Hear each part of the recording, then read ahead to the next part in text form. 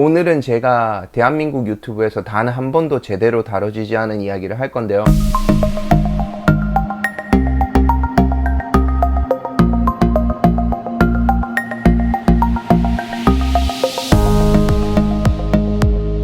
안녕하세요. 붐바다이어리의 정주하입니다. 오늘은 제가 대한민국 유튜브에서 단 한 번도 제대로 다뤄지지 않은 이야기를 할 건데요. 그것은 바로 저의 직업, 프로덕트 매니저에 대한 이야기입니다. 저희 부모님을 포함해서 제 주변에 정말 많은 사람들이 도대체 프로덕트 매니저가 뭔지 물어보시는 분들이 진짜 많았어요. 제가 프로덕트 매니저 일을 10년째 해오고 있는데 심지어 저희 부모님은 아직도 이해를 못하고 계십니다. 그래서 제가 유튜브를 찾아봤더니 대한민국 유튜브 가운데서는 아직도 그 누구도 제대로 혹은 명쾌하게 설명해 놓은 컨텐츠가 없더라고요. 그래서 제가 오늘은 여러분들에게 확실하게 프로덕트 매니저는 이런 일을 하는 사람이고 중요한 일이다. 그래서 제가 중요한 사람이다 라는 이야기를 한번 해보려고 합니다. 프로덕트 매니저가 뭐예요? 라고 물었을 때 잠재 고객들이 가진 문제를 이해를 하고 그 문제에 대해서 가장 정확한 솔루션을 만드는 사람이다 라고 프로덕트 매니저에 대한 정의를 보통 내리거든요. 근데 또 그렇게 제가 이야기를 하면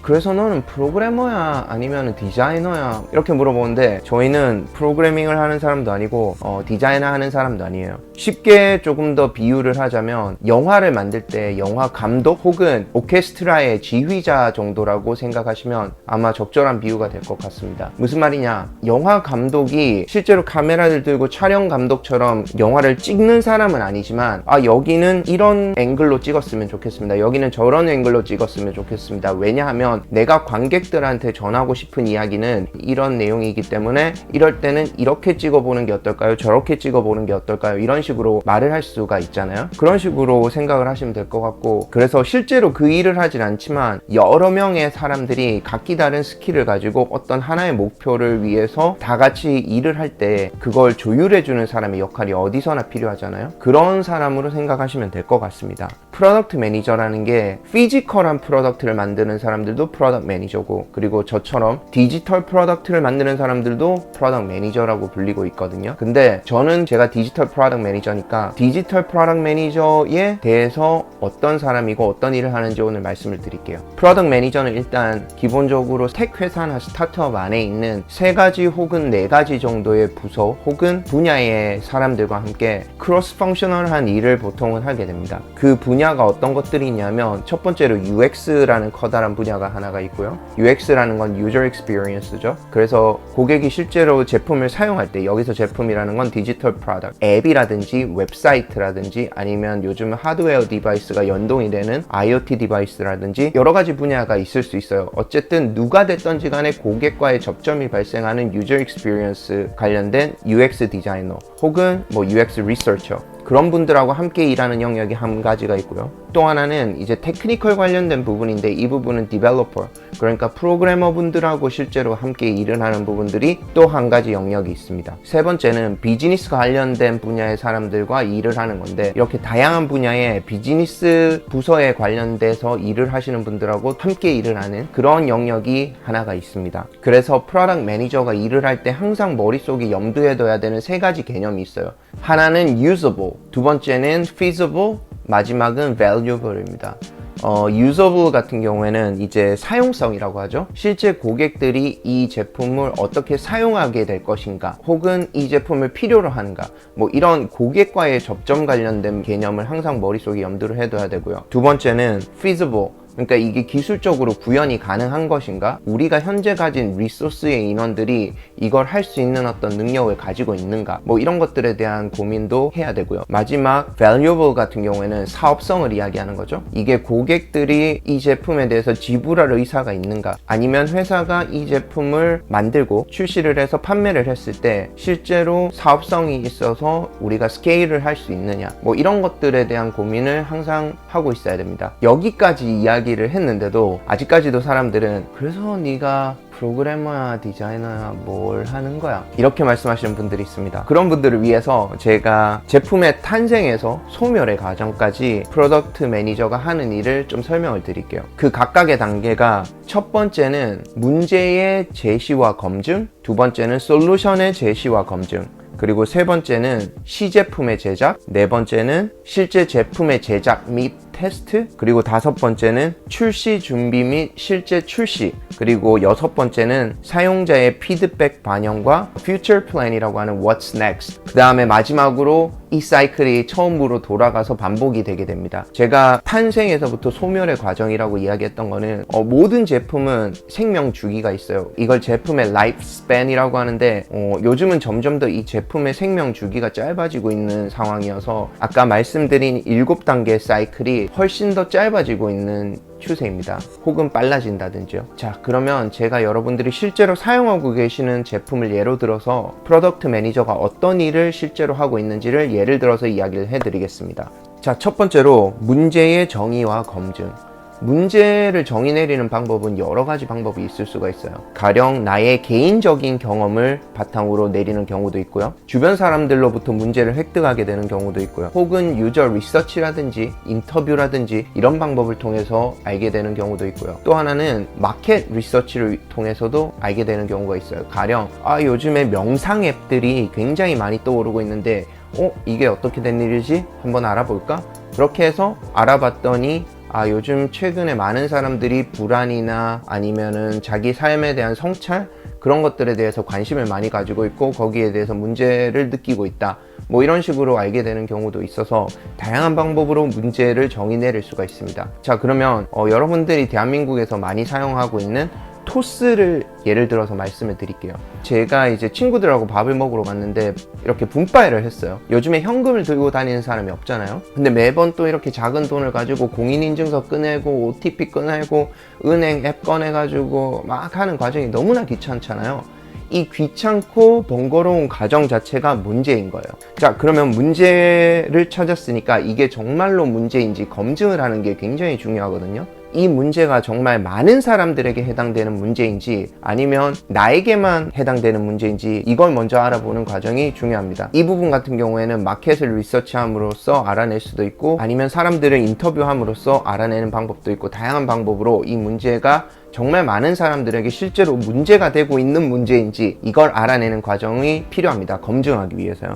그럼 두 번째로 이렇게 문제에 대해서 검증이 끝났다라고 하면 이제 솔루션을 찾아야겠죠? 그럼 아까 전에 토스 같은 경우에 제가 친구들하고 밥을 먹고 분파회 하는 게 귀찮다라고 했으니까 그러면 이걸 해결하기 위해서 가장 좋은 방법이 뭔지 어떤 방법이 사람들에게 실질적인 도움을 줄 수 있는지 그런 것들에 대해서 고민을 하게 됩니다. 자, 그럼 이 솔루션을 찾아 나가는 방법은 어떤 것들이 있느냐? 이 또한 여러 가지 방법론적인 것들이나 기술적인 것들이 많이 있어요. 가령 구글에서 하는 디자인 스프린트라든지 이런 것들을 통해서 알아내는 방법들도 있고요. 어쨌든 그 과정을 거쳐서 사람들이 현금을 들고 다니지 않고 어떤 하나의 플랫폼을 통해서 가장 쉬운 방법으로 심플하게 서로에게 송금을 할 수 있는 방법을 만들어내면 사람들이 좋아할 것이다 라고 이제 가정을 하는 거죠. 가설을 세워서. 그러면 이걸 또 검증을 해야 됩니다. 이런 솔루션을 만들었을 때 실제로 사람들이 좋아할 건지 혹은 사용을 할 것인지 거기에 대한 검증을 하게 되고 이 과정에서 시제품을 제작을 하게 됩니다. 시제품이라고 하는 건 보통 프로토타이핑이라고 하는데 프로토타입이라는 건 말 그대로 시제품이거든요. 이게 완벽한 형태를 갖춘 게 아니라 사람들에게 이러한 컨셉으로 이러한 기능들을 수행할 수 있는 제품이다. 이게 과연 사람들이 사용을 해봤을 때 얼마나 편리하다라고 느낄 것인가 아니면 그 문제를 해결하는데 실제로 도움이 되겠다라고 느낄 것인지 혹은 더 필요한 기능이나 필요 없는 기능들은 무엇인지 이런 것들을 알아보기 위해서 만드는 과정입니다. 이 프로토타이핑을 만들 때는 특히 디지털 프로덕트 같은 경우에는 와이어프레이밍이라고 하는데 이 과정을 굉장히 많이 하게 됩니다. 와이어프레임이라는 거는 앱의 디자인 스크린 하나하나를 굉장히 간단한 수준의 그림의 형태로 만들어서 여러분들이 그림을 그리기 전에 밑그림을 먼저 그리잖아요. 대충 이렇게 그런 식으로 앱을 디자인하기 전에 굉장히 간략하게 스케치를 해서 어떤 형태가 될 것이다 라는 거에 대한 감을 잡는 거죠. 이제 그렇게 해서 모든 테스트 과정을 거치고 검증의 과정을 거치고 나면 실제 제품 제작에 돌입을 하게 됩니다. 이때 프로덕트 매니저가 하는 일은 그 개발 과정에서 개발이 순조롭게 진행이 되는지 혹은 개발의 속도가 잘 날 수 있는지 혹은 개발자나 디자이너들이 블로커라고 하는데 어떠한 이유에 의해서 본인들이 진행을 해 나가야 되는 것들이 막혀 있는 부분들은 없는지 이런 것들에 대해서 조율을 하고 해결을 해주는 일을 프로덕트 매니저가 하게 됩니다. 그렇게 해서 제품을 계속적으로 이제 수정을 해 나가면서 만들게 되고요. 출시를 하기 전까지. 그리고 출시를 하기 전이 되면 이제 테스트 과정을 거치는데, 이때도 프로덕트 매니저가 적극적으로 가담을 해서 이 제품에 하자가 없는지 혹은 우리가 놓치고 있는 부분은 없는지 뭐 이런 것들에 대해서 테스트를 하게 되는 거죠. 그런 식으로 해서 이제 출시를 하기 전에 제품, 그러니까 출시 바로 직전에 제품이 완성이 되면 이제 출시 준비를 하게 되는데, 이 출시 준비 과정에서는 보통은 이제 마케팅 팀과의 협력이 굉장히 많이 이루어집니다. 제품을 런칭을 할 때 마케팅 이벤트를 한다라고 했을 때, 혹은 이제 유저들을 유입시키기 위해서 광고를 진행을 한다라고 했을 때 어떤 기능적인 부분들을 강조를 할 것인지 마케팅 팀과의 협업이 이루어지게 되죠. 그렇게 해서 결국에 제품을 출시를 하게 되면 그때부터는 유저들의 목소리를 듣는 일이 굉장히 중요한 일 중에 하나가 됩니다. 유저 피드백을 통해서 이런 것들은 좋았어요, 이런 것들은 좋지 않았어요, 그리고 다음에 이런 기능 넣어주세요 하는 것들에 대한 리스트를 저희가 작성을 하게 되고, 거기에서 이제 프라이어리티라고 우선순위를 매기는 거죠.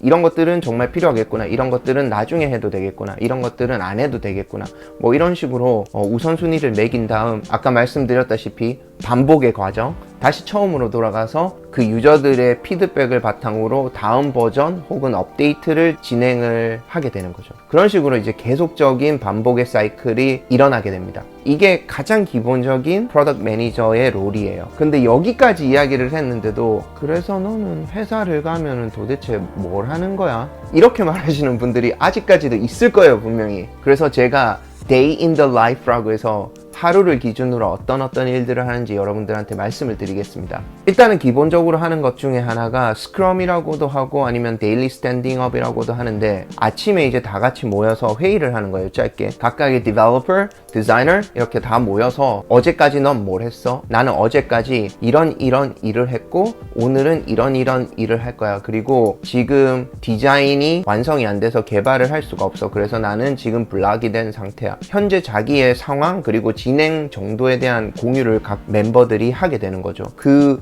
회의가 일어날 때 그 전반적인 회의를 주관을 하고, 그리고 막혀 있는 부분들이 있으면 그 해당 부서의 사람과 논의를 해서 이걸 최대한 빠르게 해결할 수 있는 방법이 뭔지 그런 것들을 이야기하게 됩니다. 두 번째는 Sales Development입니다.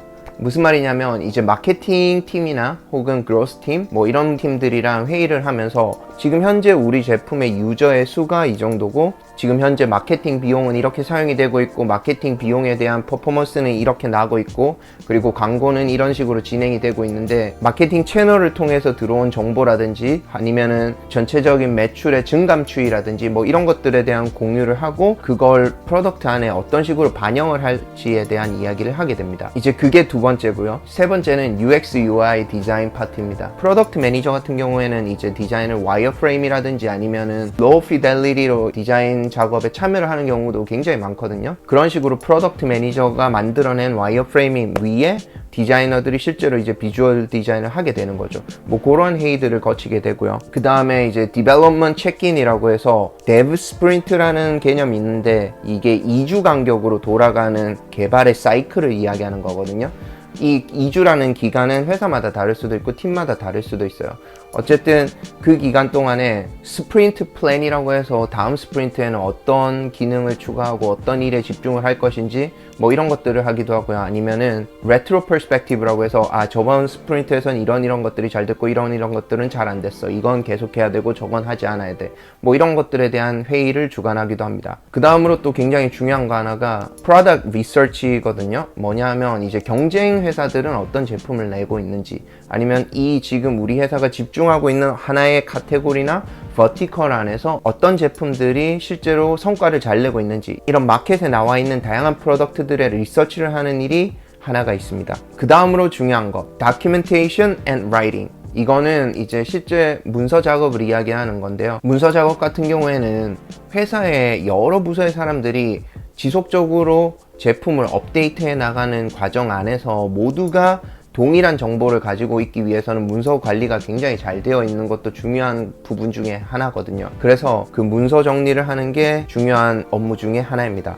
그 다음에 마지막으로 제가 말씀드리고 싶은 건 Future Plan. 그래서 이제 우리는 앞으로는 뭐 할 거고, 이제 다가오는 업데이트 기간에는 어떤 기능들을 추가하고 할 것인지에 대한 프로덕트 로드맵을 만드는 일이 있습니다. 네, 여기까지가 아마 제가 봤을 때 데일리 루틴으로 하는 많은 일들 중에 가장 메이저 부분들이 될 것 같고요. 여기까지 들으셨는데 이해가 안 되셨는 부분이 있으면 댓글로 남겨주시면 여러분들한테 다시 한번 설명을 드리고, 만약에 그것도 이해가 안 되신다면 제가 1대1로 알려드리도록 하겠습니다. 오늘은 여기까지 해서 프로덕트 매니저가 어떤 직업인지 혹은 어떤 일을 하는 사람인지에 대해서 여러분들한테 설명을 드렸고요. 다음 시간에는 프로덕트 매니저는 그러면 어떻게 될 수 있는 건지, 좋은 프로덕트 매니저가 되기 위해서는 어떤 일들을 해야 되는 건지, 혹은 어떤 사람이 되어야 되는 건지, 어떤 기술이나 스킬을 쌓아야 되는 건지, 이런 이야기를 해볼 생각이고요. 그 다음에는 프로덕트 매니저 인터뷰 혹은 프로덕트 매니저 잡을 찾는 방법, 뭐 기타 등등 이런 것들에 대해서도 앞으로 계속 이야기해 볼 생각입니다. 오늘 여기까지 프로덕트 매니저는 도대체 뭐 하는 사람인지에 대한 이야기를 해봤는데요. 이해가 잘 되셨고 유익하셨다면 좋아요 그리고 구독 꼭 해주시기 바랍니다. 감사합니다.